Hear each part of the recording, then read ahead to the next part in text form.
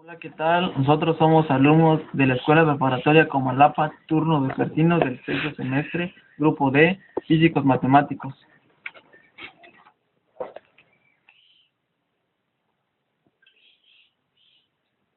Esta ocasión le vamos a hablar sobre los motores eléctricos, que son dispositivos que tienen la capacidad de transformar la energía eléctrica en energía mecánica. Existen dos tipos de ellos, que son los motores asíncronos y los motores síncronos, que son más o menos como esto, los motores síncronos, y estos serían los motores asíncronos. Varios de ellos funcionan con corriente alterna o con corriente continua.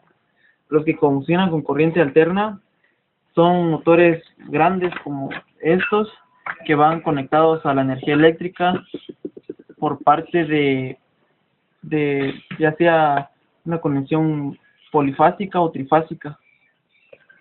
Ahora les voy a platicar un poco sobre lo que es los motores asíncronos o de inducción.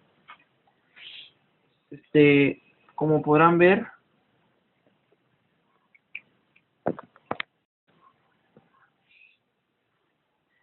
los asíncronos son más grandes y son aquellos a los que el rotor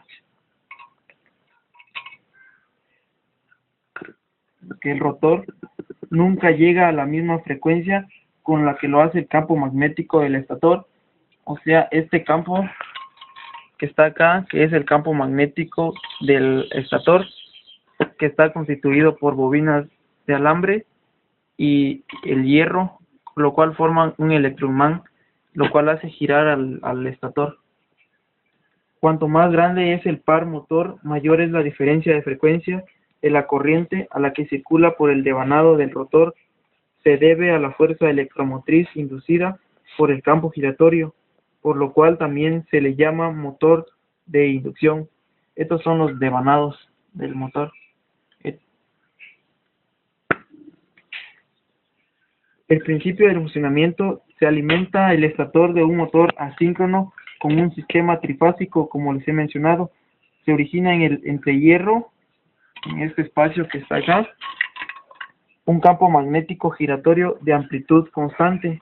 En los conductores del motor, el campo giratorio inducirá unas fuerzas electromagnéticas que, al estar devanando en contracircuito, darán lugar a unas corrientes. Esto quiere decir que al momento de conectar el motor asíncrono al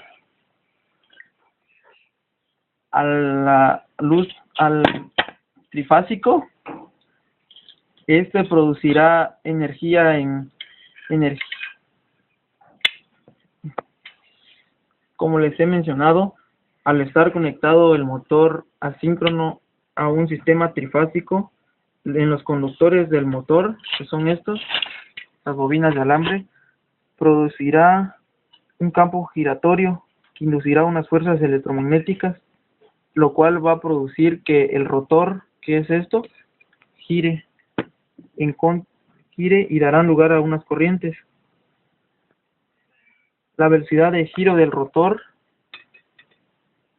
no puede igualar a la del sincronismo, que son estas, porque la del sincronismo van más rápidos. Ahorita les voy a explicar en qué tal. Porque entonces dicen no producirá la variación de flujo en el devanado del rotor y no se inducirá fuerza electromagnética. El uso de estos motores eléctricos asíncronos, su gran utilización se debe más que a todo a la construcción simple, bajo costo y mantenimiento inferior a cualquier otro tipo. Se utiliza más en la gran mayoría de las máquinas modernas y se utiliza mucho en aplicaciones industriales. Ahora, las partes, creo que ya les mencioné algunas. Esto que está acá es el rotor que va adentro del estator, que es esto donde van las bobinas y el hierro, para formar el campo del electromagnetismo. Este es el eje del rotor, esta es la carcasa, esta es la tapa superior, lo que está acá, la tapa superior. En este caso, este motor asíncrono no tiene cojinetes y tampoco tiene escobillas, porque son más grandes y casi no los utilizan. Ahora voy a explicarles sobre los motores síncronos, que vendría siendo como esto. Es otro tipo de motor de corriente alterna. Su velocidad de giro es constante y depende de la frecuencia de tensión de la red eléctrica a la que esté conectado y el número de par de polos del motor. Esto se llama velocidad de sincronismo. Se utiliza para convertir potencia eléctrica en potencial de rotación. Su característica principal es que trabaja a velocidad constante. Como ya les dije, este es un tipo de motor sincronismo. En este caso, este tiene 3 polos, no sé si lo puedan ver. Tiene 3 polos y tiene las escobillas, que son estos puntos que están acá. Esto sería la carcasa, es el rotor donde van las bobinas. Y en este caso, el rotor que está dentro y que consta de un imán permanente. En este caso tiene 2 imanes permanentes. Al llevar el rotor a la velocidad de sincronismo, haciendo girar mediante un motor auxiliar, los polos de signo opuesto se enfrentarán estableciendo un enganche magnético que les obliga a seguir girando juntos, pudiendo retirar el motor auxiliar. Esto más que nada es el principio del funcionamiento de los motores síncronos, que funcionan gracias al campo magnético que producen los imanes.